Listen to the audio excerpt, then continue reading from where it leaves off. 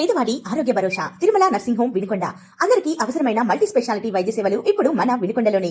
ఇప్పుడే సంప్రదించండి. ఆరోగ్యశ్రీ ఈహెచ్ఎస్ సౌకర్యాలు అందుబాటులో కలవు. మీ ఆరోగ్యం మా బాధ్యత. Tirumala nursing home Vinukonda.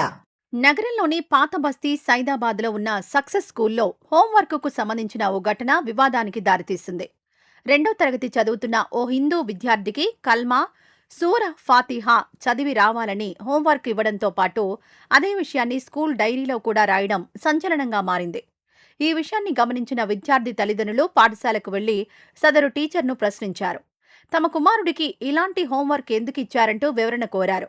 తమ పిల్లలకు మతపరమైన అంశాలను నేర్చుకోవాలని చెప్పడంపై తల్లిదండ్రులు అభ్యంతరం వ్యక్తం చేయగా, మా స్కూల్లో చదవాలంటే ఇవి నేర్చుకోవాల్సిందే అని సదరు టీచర్ చెప్పినట్లు తెలుస్తోంది.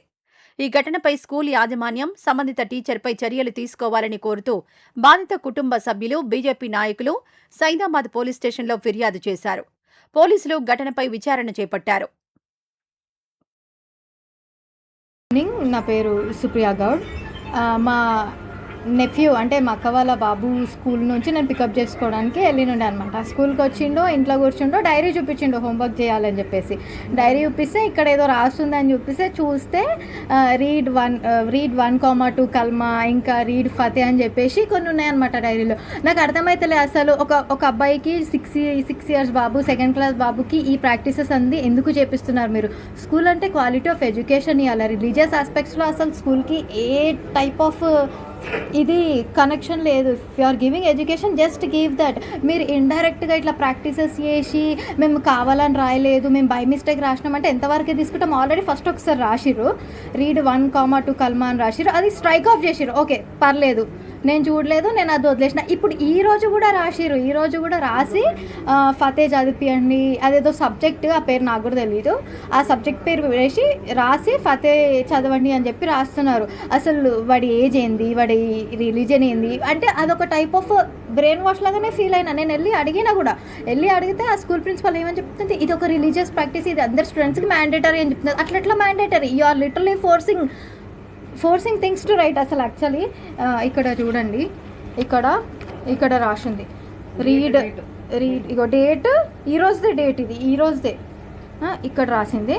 మళ్ళీ నేను మొత్తం డైరీ మొత్తం చెక్ చేస్తే మళ్ళీ నాకు ఇది ఒకటి కనిపించింది. ఇది ఆల్రెడీ స్ట్రైక్ ఆఫ్ అయిపోయింది. రీడ్ 1,2 కల్మా అని చెప్పేసి ఇట్లా ఇంకా ఎంతమంది పిల్లల బుక్స్లో రాసినారో తెలియదు. ఓకే, మీరు అంటారేమో అదొక సబ్జెక్ట్, వీళ్ళకి ఆ సబ్జెక్ట్ ఉంది అంటే ఆ సబ్జెక్ట్ ఏ పిల్లలు అయితే తీసుకున్నారో ఆ పిల్లలందరినీ డైరీ సపరేట్ పెట్టి ఇవ్వండి, వీళ్ళ డైరీ సపరేట్ పెట్టి ఇవ్వండి. ఇక్కడ క్లియర్గా లియాన్స్ కృష్ణ అని పేరు కనిపిస్తుంది. ఎట్లా రాస్తారు? మళ్ళీ వెళ్ళి ఫస్ట్ అడిగితేనేమో religious practice and it is necessary for all the students అన్నది. సెకండ్ టైం అది ఎవరైతే రాసిర్రో ఆమెనే వచ్చి నేను బై మిస్టేక్ రాసిన అంటారు. అంటే మీరు గడికి పేరు ఇట్లా చేంజ్ చేయడం అసలు కరెక్ట్? అది వాంటెడ్గానే రాసినట్టు నేను పర్సనల్గా ఫీల్ అవుతున్నాను. ఇది ఇంకా ఈ ఒక్క డిపార్ట్మెంట్లోనే అవుతుందా? ఇంకా సక్సెస్ స్కూల్ సైదాబాద్ ఇంకా వేరే బ్రాంచెస్ కూడా ఉన్నాయి, కాలేజెస్ కూడా ఉన్నాయి. ఇంకా వీళ్ళకి అసోసియేట్ అయ్యి మళ్ళీ ఎంతమందితో అట్లా ఎన్ని రాస్తున్నారో మనకు అసలు ఐడియానే లేదు. ఈ రోజు నేను డైరీ చూసినా కాబట్టి రియాక్ట్ అన్నాను. నేను ఒకవేళ డైరీ చేయకపోతే నేను అసలు రియాక్ట్ కూడా కాకపోతుండే. దీనిపైన డెఫినెట్గా authority, concern department, educational department ఎవరైతే అథారిటీస్ ఉన్నారో, హైరార్కీ ఉందో, డెఫినెట్గా నేను పాయింట్ రేజ్ చేస్తాను. డెఫినెట్గా నేను స్టాండ్ తీసుకొని మాట్లాడతాను. ఎందుకంటే ఇది అన్యాక్సెప్టబుల్.